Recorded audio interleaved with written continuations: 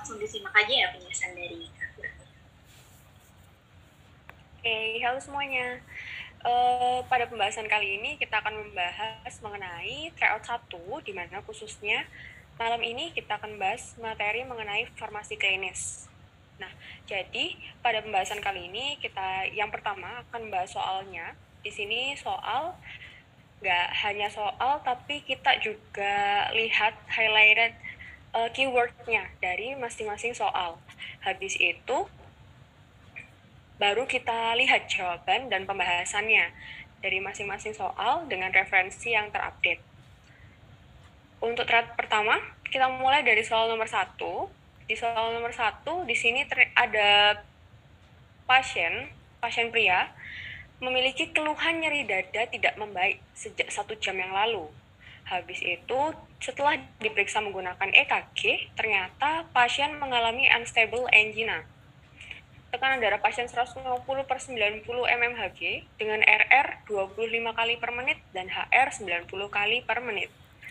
Apakah contoh obat yang dapat membantu mengurangi keluhan utama pasien tersebut? Nah, di sini highlight wordnya, di sini ada pasien yang mengalami keluhan nyeri dada yang tidak membaik sejak 1 jam. Dan di situ diagnosis pasiennya adalah unstable angina. Obatnya yang akan kita jawab adalah obat yang bisa mengurangi keluhan utama pasien. Yang pertama, ada beta blocker karena dapat meningkatkan heart rate pasien. Yang B, nitrat karena dapat menimbulkan vasokonstriksi. Habis itu yang C, nitrat karena bisa menimbulkan vasodilatasi. Beta blocker karena dapat meningkatkan kontraktilitas, atau beta blocker karena dapat menurunkan kebutuhan oksigen. Nah, di sini yang perlu kita perhatikan, yang pertama, tadi kita tahu bahwa pasien mengalami nyeri dada yang tidak membaik karena unstable angina. Di sini kita tahu bahwa nyeri dada yang terjadi pada pasien dengan angina itu terjadi karena adanya ketidakseimbangan demand versus supply oksigen yang ada di jantung. Akhirnya nyeri dada itu timbul pada pasien. Terus apa yang bisa kita lakukan? Kita bisa menurunkan demand-nya atau meningkatkan supply oksigennya. Untuk menurunkan demand, caranya gimana? Caranya kita bisa menurunkan heart rate pasien. Dengan penurunan heart rate, dengan penurunan denyut jantungnya pasien, otomatis kebutuhan oksigen jantung juga akan menurun. Habis itu, kita juga bisa meningkatkan supply oksigen. Meningkatkannya gimana? Ya dengan meningkatkan blood flow yang mengalir ke jaringan. Bisa menggunakan vasodilator. Nah, sekarang kita lihat pilihannya. Yang A, beta blocker karena bisa meningkatkan heart rate pasien. Padahal kita tahu beta blocker di situ memblok reseptor beta. Harusnya yang terjadi adalah penurunan heart rate pasien. Berarti yang A jawabannya salah. Yang B, nitrat karena dapat menimbulkan vasokonstriksi pada arteri koroner. Nitrat kan harusnya dia sebagai vasodilator. Berarti yang B otomatis juga salah. Yang C, nitrat karena dapat menimbulkan vasodilatasi pada arteri koroner. Nitrat bisa menimbulkan vasodilatasi, di sini mekanismenya benar. Habis itu yang D, beta blocker karena dapat meningkatkan kontraktilitas jantung. Beta blocker itu bisa menurunkan kontraktilitas jantung karena di situ menghambat reseptor beta. Berarti yang D jawabannya salah. Yang E, beta blocker karena dapat menurunkan kebutuhan oksigen. Beta blocker memang bisa menurunkan heart rate yang akan menurunkan kebutuhan oksigen. Berarti kan jawabannya bisa C atau E. Nah, tapi kita lihat di sini diagnosa pasien adalah angina. Kemudian kita harus flashback, first line terapi angina itu adalah nitrat. Karena itu, walaupun di sini A sampai E yang benar mekanismenya adalah adalah C dan E, tapi jawaban yang tepat pada soal ini itu adalah yang C, karena first line terapi angina adalah nitrat. Kita lihat di PERKI. Di sini PERKI merekomendasikan nitrat sebagai first line terapi untuk serangan angina. Di sini disebutkan bahwa nitrat itu efektif untuk mengatasi keluhan fase akut serangan angina pada pasien dengan angina pectoris tidak stabil atau unstable angina. Di sini rekomendasinya nitrat itu diberikan secara sublingual setiap 5 menit maksimal 3 kali pemberian. Setelah itu dipertimbangkan penggunaan intravena. Jadi untuk soal yang tadi jawabannya adalah yang C. Kemudian kita ke soal berikutnya. Di soal nomor 2, di sini ada pasien yang didiagnosa TB, dikasih terapi rifampicin, isoniazid, pyrazinamide. Habis itu, pasien punya riwayat infark miokard, saat ini mengkonsumsi warfarin. Apoteker lihat ada interaksi antara warfarin dan rifampicin. Apakah interaksi obat yang dimaksud? Di sini highlight-nya sebenarnya bisa cuman ini, interaksi obat antara warfarin dan rifampicin. Terus jawabannya, rifampicin menghambat kemampuan ginjal untuk eliminasi warfarin. Rifampicin meningkatkan kemampuan ginjal untuk eliminasi warfarin, atau rifampicin menghambat aktivitas enzim, atau rifampicin meningkatkan aktivitas enzim, atau rifampicin menghambat aktivitas enzim sehingga efeknya menurun. Ternyata jawabannya adalah yang D. Di sini, rifampicin itu merupakan enzim inducer yang sangat poten. Jadi, ketika suatu enzim inducer atau rifampicin ini digunakan bersama dengan obat lain, otomatis rifampicin ini akan menginduksi sekresinya enzim pemetabolisme. Kalau enzim pemetabolisme yang fungsinya untuk memetabolisme alias mengeliminasi obat, otomatis jumlah enzim pemetabolisme yang mengeliminasi obat itu akan meningkat. Kalau meningkat, otomatis obat lain yang dieliminasi oleh enzim tersebut akan mengalami penurunan. Penurunan jumlah di sirkulasi, kemudian efeknya juga akan menurun. Nah, di sini kita harus tahu obat-obat apa sih sebenarnya yang merupakan common inducer maupun inhibitor. Jadi di sini ada beberapa obat yang memang dia itu merupakan inducer enzim yang umum ditemui maupun inhibisi enzim yang umum ditemui. Walaupun ini juga nanti sangat bergantung dengan substrat dan enzim pemetabolismenya. Tapi di sini merupakan enzim inhibitor maupun inducer enzim yang umum, yaitu inducer dan inhibitor enzim CYP450 yang notabene hampir memetabolisme semua obat. Jadi di sini teman-teman harus hafal untuk inducer enzim maupun inhibitor enzim yang disebutin di sini. Di inducer enzim ini ada fenobarbital, tadi rifampicin, phenytoin, carbamazepin. Kalau di inhibitor di sini ada chloramphenicol, cimetidine, erythromycin, dan ciprofloxacin. Minimal harus hafal itu dulu. Jadi kalau misalnya ada inducer enzim, otomatis enzim pemetabolismenya akan meningkat, berarti obat yang lainnya akan lebih mudah termetabolisme. Kalau lebih mudah termetabolisme, maka dia konsentrasinya akan turun. Efeknya juga akan turun. Sedangkan kalau enzim inhibitor, berarti di situ pemetabolismenya akan diinhibisi, akan dihambat. Kalau metabolismenya dihambat, otomatis konsentrasinya akan naik. Kalau konsentrasinya akan naik, berarti efeknya juga akan meningkat. Terus kita ke soal nomor 3. Di sini ada pasien mengeluhkan nyeri dada. Nyeri dada menjalar ke lengan kiri dan leher, didiagnosa angina.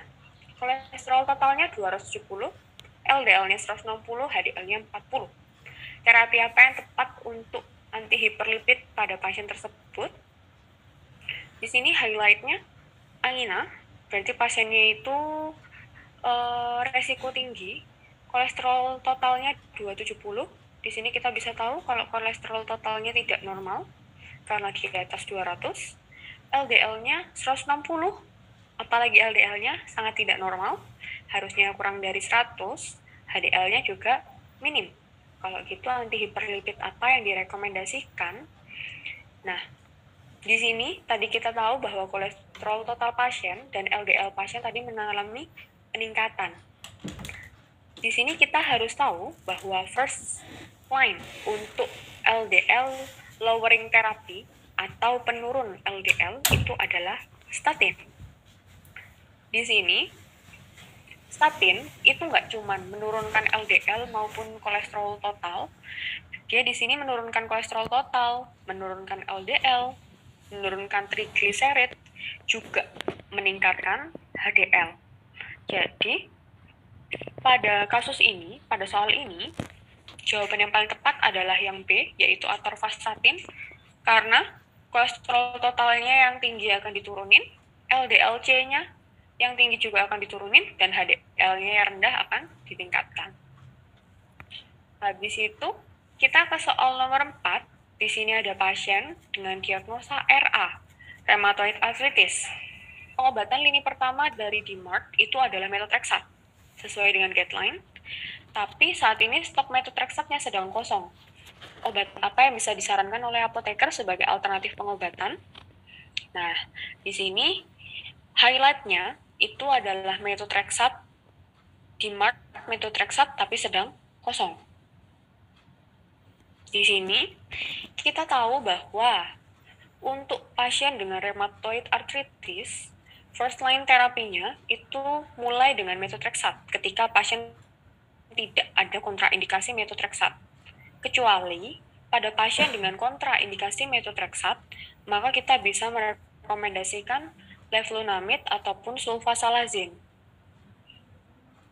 Di sini, karena pada kasus ini pasiennya itu bukan kontraindikasi, tapi methotrexate-nya itu sedang kosong, maka kita bisa merekomendasikan golongan DMARD yang lain kepada pasien. Nah, untuk bisa merekomendasikan DMARD yang lain selain methotrexate kepada pasien, di sini kita harus tahu juga DMARD itu mana aja pilihannya. Jadi di sini DMARD yang lain yang bisa kita pilih selain methotrexate, ternyata ada hidroksikloroquine, ada leflunomide tadi, ada sulfasalazine. Sekarang kita lihat di pilihannya. Yang pertama ada etanercept. Etanercept tadi bukan merupakan DMARD yang non-biologis, tapi dia termasuk ke dalam agen biologis. Dan kapan etanercept itu direkomendasikan? Ketika pasien sudah pakai methotrexate tapi nggak adekuat atau sudah pakai DMARD lain nggak adekuat, lanjut ke fase 2, di sini baru bisa ditambahkan agen biologis, tapi tidak pada fase 1. Jadi etanercept bukan merupakan alternatif. Dexamethasone. Dexamethasone kita lihat di sini. Pasien memang bisa ditambahkan kortikosteroid, tapi kortikosteroid bukan merupakan terapi utama dalam rheumatoid arthritis.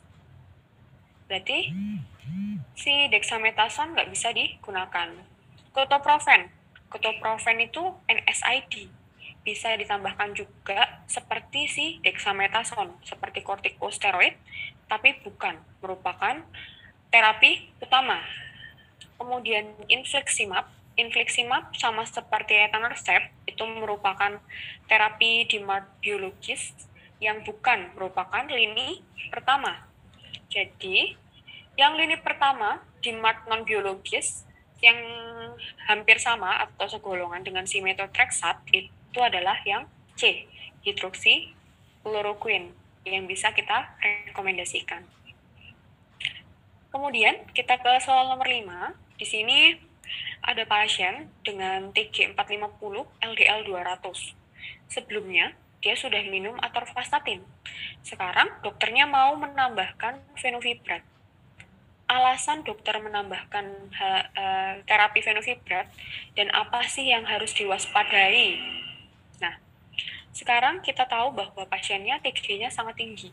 Karena TG normal itu harusnya kurang dari 150. LDL pasien juga tinggi, karena seharusnya dia kurang dari 100. Nah, di sini kita tahu bahwa statin itu merupakan first line terapi, baik pada hiper TG maupun hiper LDL. Dan saat ini, pasien sudah diberikan atorvastatin, tapi TG pasien masih tinggi, masih 450, begitu pula dengan LDL pasien. Karena itu, si dokternya mau menambahkan fenofibrat. Jadi, jawabannya adalah yang A, kombinasi statin fibrat untuk menurunkan TG. Namun, harus dilakukan monitoring kejadian miopati.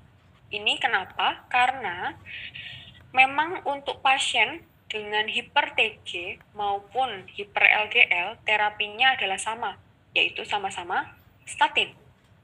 Tapi, ketika pasien mengalami peningkatan TG yang persisten, walaupun sudah menggunakan statin, maka kita bisa merekomendasikan penambahan fibrat.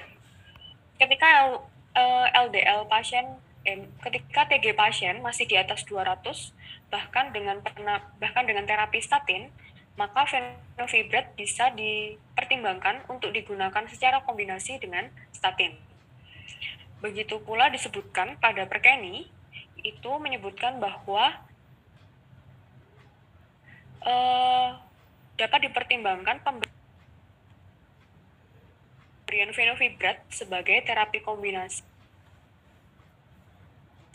dengan melakukan monitoring terhadap kejadian miopati. Kenapa kita lakukan monitoring terhadap kejadian miopati? Karena di sini statin itu punya efek samping, yaitu terjadinya miopati. Kemudian fibrat itu juga punya efek samping kejadian miopati. Jadi di sini walaupun terapi fenofibrat itu ditambahkan untuk menurunkan TG pasien yang tetap tinggi dengan terapi statin, tapi kita tetap harus memonitoring ada atau tidaknya efek samping miopati pada pasien. Kenapa dimonitoring? Karena kedua terapi tersebut sama-sama memiliki efek samping miopati. Kemudian, nomor 6, di sini ada pasien, dia kebiasaan makan tidak teratur, seminggu terakhir mengeluhkan tidak enak badan, sering pusing, dan didiagnosa hipertensi. Diketahui, pasien ini punya riwayat diabetes selama 2 tahun dan rutin mengkonsumsi metformin serta simvastatin. Tekanan darah pasien terakhir adalah 150/90, LDL-nya 200, kreatinnya normal. Dokter mau ngasih antihipertensi buat pasien tersebut yang memiliki efek renal protektor. Apakah antihipertensi yang seringkali digunakan untuk pasien dengan komorbid diabetes yang berperan sebagai renal protektor sekaligus memiliki potensi menyebabkan kerusakan ginjal. Nah, di sini highlight-nya adalah pasien punya riwayat DM, habis itu dia tekanan darahnya 150/90, pasien didiagnosa hipertensi yang relatif tinggi, belum terkontrol karena memang pasien belum diberikan terapi, dan di sini kreatin pasiennya masih normal. Mau dikasih antihipertensi sebagai renal protektor. Nah, di sini kita harus tahu dulu bahwa pasien dengan diabetes mellitus yang mengalami hipertensi atau hipertensi dengan komorbid DM, terapi yang direkomendasikan sebagai first line terapi adalah AC dan ARB. Alternatif lainnya bisa menggunakan CCB atau thiazide. Itu berdasarkan DiPiro 2020, yang ini berdasarkan AHA, American Heart Association. Di sini juga menyebutkan bahwa pasien hipertensi dengan diabetes direkomendasikan penggunaan RAS inhibitor. RAS inhibitor itu ada 2 jenis, yaitu AC atau ARB. Nah, tadi sempat disinggung bahwa terapinya itu yang dipingin memiliki efek sebagai renal protector. Nah, efek sebagai renal protector. Di sini yang perlu kita tahu lagi, renal protector berarti melindungi renal dari kerusakan. Kerusakan renal atau renal injury itu baik kronis maupun akut, salah satu tandanya adalah terjadinya protein urea. Dan di sini AC dan ARB yang direkomendasikan sebagai first line terapi pada pasien hipertensi dan diabetes itu memiliki mekanisme untuk melindungi renal dari kejadian protein urea.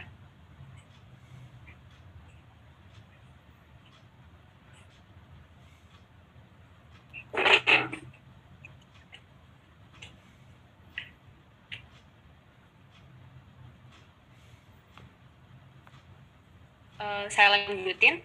Jadi pada kasus ini AC dan ARB itu memiliki atau memenuhi kriteria yang disebutkan tadi di soal. Yang pertama, memang mereka merupakan antihipertensi yang direkomendasikan untuk pasien diabetes mellitus, dan yang kedua, dia memiliki efek sebagai renal protector.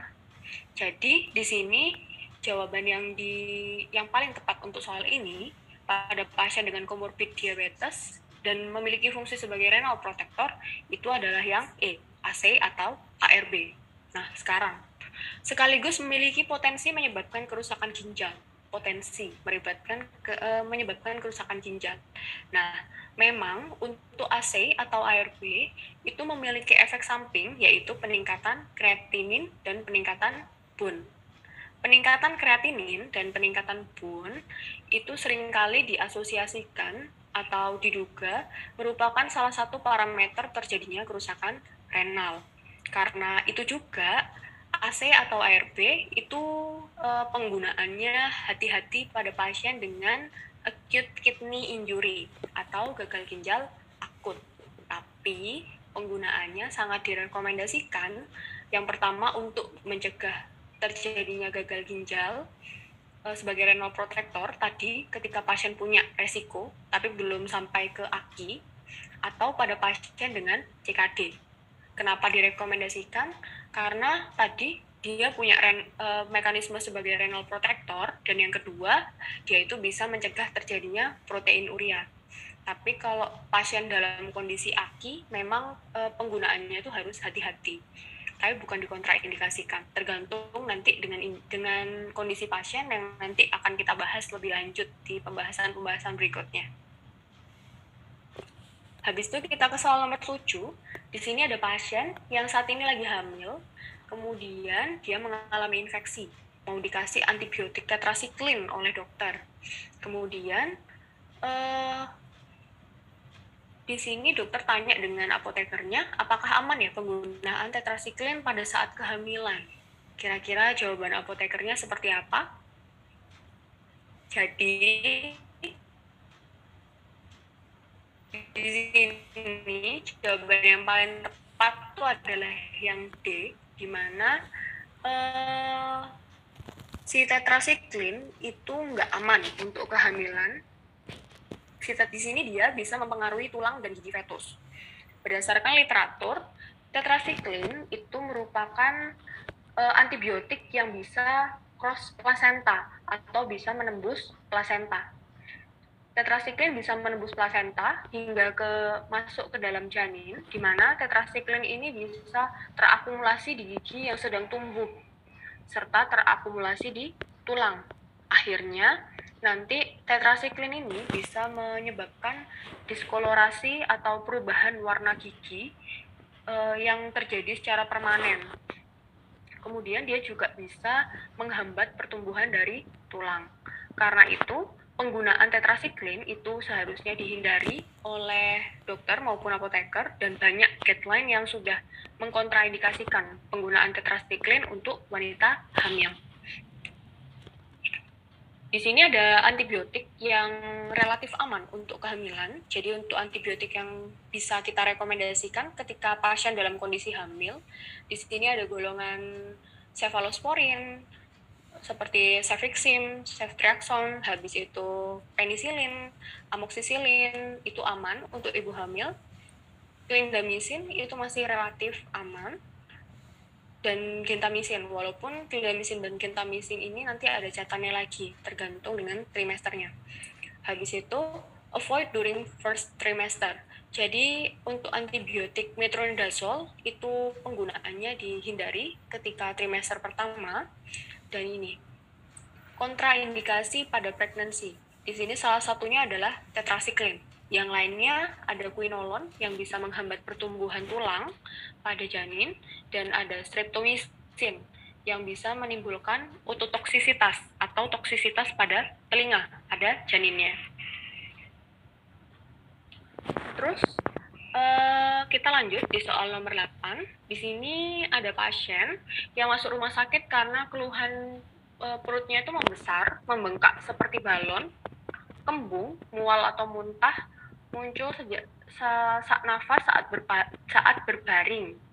Dokter mendiagnosa pasiennya mengalami ascites. Di sini pasien punya riwayat hipertensi yang diterapi dengan captopril. Kemudian dokternya mau memberikan diuretik yaitu spironolakton untuk kondisi ascitesnya. Sebagai apoteker, hasil lab apa sih yang perlu kita pantau? Yang pertama ada hiperkalsemia, berarti kalsium. Habis itu ada hiperkalemia, berarti kalium. Hiperfosfatemia, berarti kita pantau fosfat. Yang D ada hipernatremia, kita pantau natrium. Dan yang E hiperkolesterolmia, atau kita pantau kolesterol pasien. Nah, di sini jawaban yang paling tepat itu adalah yang hiperkalemia, yang B. Jadi di sini hiperkalemia itu bisa pada di sini pada captopril, pada penggunaan captopril dan penggunaan spironolakton. Di sini kita tahu bahwa si captopril itu bisa menurunkan ekskresi kalium dari ginjal, sehingga salah satu efek samping dari penggunaan captopril yang merupakan golongan AC itu merupakan hiperkalemia. Sedangkan si spironolakton, golongan spironolakton, ingat kan ya, golongannya spironolakton adalah K-sparing diuretik atau diuretik hemat kalium. Maksudnya hemat kalium itu kaliumnya memang tidak diekskresikan pada penggunaan spironolakton. Akhirnya, kalau awalnya pasien memang sudah terjadi penurunan ekskresi kalium dari renal karena penggunaan captopril, kemudian ditambah lagi si kaliumnya yang sudah berlebih malah nggak bisa dikeluarin karena spironolaktonnya juga menghemat kalium untuk diekskresikan via renal, otomatis di situ akan menimbulkan hiperkalemia karena kedua obat tadi sama-sama memiliki efek samping hiperkalemia. Nah, di sini dari literatur leksikon ini menyebutkan bahwa hiperkalemia pada penggunaan spironolakton itu bisa terjadi, akan mengalami peningkatan resiko juga jika pasien menggunakan AC, karena di sini si AC itu akan meningkatkan menurunkan ekskresi kalium, sedangkan si spironolakton itu juga sama menurunkan sekresi kalium. Akhirnya kaliumnya banyak terakumulasi di dalam tubuh dan menimbulkan hiperkalemia. Habis itu nomor 9, di sini ada pasien menderita hepatic encephalopathy, dikasih metronidazole bersama dengan lactulose. Kemudian pasiennya bingung, kenapa kok pasiennya itu dikasih terapi lactulose itu padahal dia tidak mengalami keluhan kesulitan BAB. Nah, tujuan dari pemberian lactulose itu apa sih? Di sini pilihannya sebagai profilaksis infeksi atau sebagai profilaksis konstipasi. Yang C sebagai terapi menurunkan konsentrasi amoniak darah. yang B sebagai profilaksis untuk reaksi inflamasi, yang E sebagai profilaksis kematian. Nah, jawabannya adalah yang C. Dia sebagai terapi untuk menurunkan konsentrasi amonia darah. Kenapa? Karena di sini konsep terapi dari hepatic encephalopathy itu adalah untuk menurunkan nitrogen yang ada di dalam darah. Pada pasien dengan HE, nitrogen itu yang harusnya hanya ada di saluran cerna, dia malah ada di darah yang akan mempengaruhi sistem saraf pusat. Akhirnya pasiennya mengalami linglung, mengalami penurunan kesadaran, dan lain-lain. Jadi, tujuan terapi kita adalah untuk menurunkan konsentrasi nitrogen atau amonia yang ada di dalam darah. Dengan apa penurunannya? Yang pertama dengan laktulus. Jadi, si laktulus ini itu akan menurunkan pH kolon. Habis itu akan menurunkan waste atau menurunkan sisa nitrogen yang akan menuju ke darah. Selain itu, laktulus itu juga menurunkan tingkat kehidupan bakteri yang bisa memproduksi urease.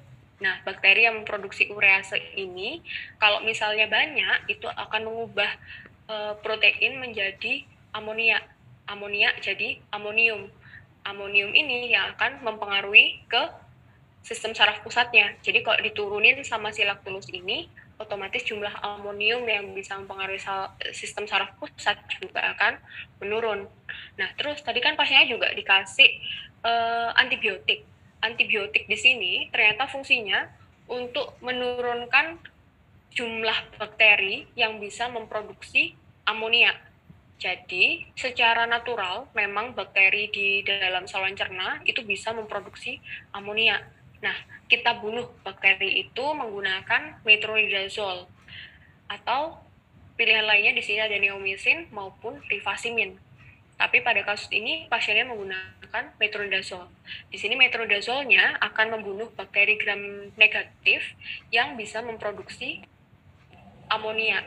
Jadi kalau amonianya itu turun jumlahnya, otomatis jumlah produksi kalau amoniaknya turun jumlahnya karena bakteri yang memproduksinya juga turun, nanti amonia yang masuk ke darah juga akan mengalami penurunan, dan amonia yang mempengaruhi sistem saraf pusat dan menyebabkan hepatic encephalopathy juga akan mengalami penurunan. Itu konsep terapinya, dan jawabannya adalah yang C, adalah untuk menurunkan konsentrasi amonia darah. Habis itu yang nomor 10, di sini ada pasien umur 29 tahun, migrain berat. Tapi sekarang pasiennya sedang hamil 28 minggu. Sebagai apoteker, obat apa yang direkomendasikan buat pasien tersebut? Di sini pilihannya ada paracetamol, propranolol, sumatriptan, tramadol, atau kodein. Jadi, jawabannya yang tepat itu adalah yang C, yaitu sumatriptan. Untuk terapi migrain, baik dalam pregnancy, dalam kehamilan atau bukan dalam kehamilan, terapi migrain itu akan diterapi berdasarkan dengan klasifikasi keparahannya. Kalau misalnya pasien itu nyeri migrainnya ringan, maka kita bisa rekomendasikan simple analgesik. Contohnya simple analgesik seperti apa? Contohnya ada paracetamol, kemudian ada ibuprofen, ada NSAID yang lainnya. Tapi ketika pasien itu walaupun sudah diterapi menggunakan simple analgesik masih tetap tidak adekuat, atau pasien dari awal nyeri migrainnya memang sudah berat, maka kita bisa rekomendasikan alternatif terapi, yaitu menggunakan sumatriptan atau menggunakan ergotamin, alkaloid ergot. Nah, tapi pada kondisi pregnancy, karena di sini pasiennya kita sudah tahu bahwa pasiennya itu kategorinya berat, berarti pilihannya antara sumatriptan dengan atau menggunakan ergot. Tapi pada pregnancy, ergotamin itu dikontraindikasikan, sehingga satu-satunya terapi pada migrain berat yang bisa kita rekomendasikan kepada pasien pasien yang sedang hamil itu adalah sumatriptan. Di sini disebutkan bahwa sumatriptan itu merupakan agen golongan triptan yang merupakan pilihan utama. Jadi triptan itu nggak cuma sumatriptan aja, tapi ada triptan-triptan yang lain. Tapi sumatriptan itu tetap merupakan first line karena si sumatriptan itu lebih susah untuk mengcross, untuk menembus plasenta. Sedangkan ergotamin maupun ergot yang lainnya itu dikontraindikasikan untuk kehamilan karena dia itu bisa menyebabkan kontraksi pada uterus. Jadi pada kasus ini, pada pasien dengan migrain derajat berat yang sedang hamil, kita bisa merekomendasikan sumatriptan. Paracetamol bisa nggak sih direkomendasikan? Bisa, ketika dia derajatnya ringan. Propranolol ini bukan sebagai terapi migrain, tapi sebagai profilaksis atau pencegahan migrain pada ibu hamil. Tramadol dan kodein ini bukan merupakan terapi pilihan utama ketika migrain derajat berat, apalagi pada ibu hamil. Jadi tetap pilihan utamanya adalah sumatriptan. Kemudian kita ke soal terakhir. Di sini soal terakhirnya soal nomor 11. Di soal nomor 11, di sini ada pasien dengan riwayat epilepsi, habis itu diresepkan phenytoin. Nah, setelah pemakaian phenytoin, pasiennya merasa bahwa dia lesu, kulitnya menjadi pucat. Apoteker menduga bahwa hal ini disebabkan karena efek samping dari phenytoin. Kira-kira obat manakah yang perlu ditambahkan untuk mengatasi efek samping yang terjadi pada pasien? Nah, di sini pilihannya ada tiamin, vitamin B1, ada riboflavin, ada pyridoxine, vitamin B6, ada asam folat, dan ada cyanocobalamin atau vitamin B12. Nah, ternyata obat yang bisa ditambahkan pada pasien yang sedang mengkonsumsi phenytoin itu adalah yang C atau asam folat. Karena di sini terlihat dari beberapa referensi yang digunakan. Jadi ini dari DIH, Drug Information Handbook, dan dari Lexicom. Jadi memang penggunaan si phenytoin ini itu bisa menyebabkan folic acid deficiency atau defisiensi asam folat.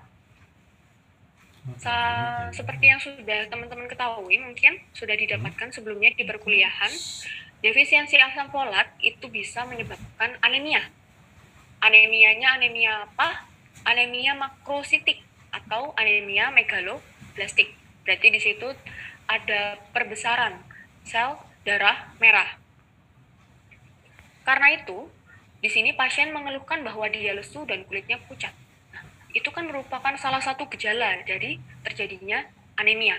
Jadi kemungkinan besar di sini pasien sudah mengalami anemia, dan anemianya itu merupakan anemia makrositik atau megaloblastik yang disebabkan karena defisiensi dari asam folat.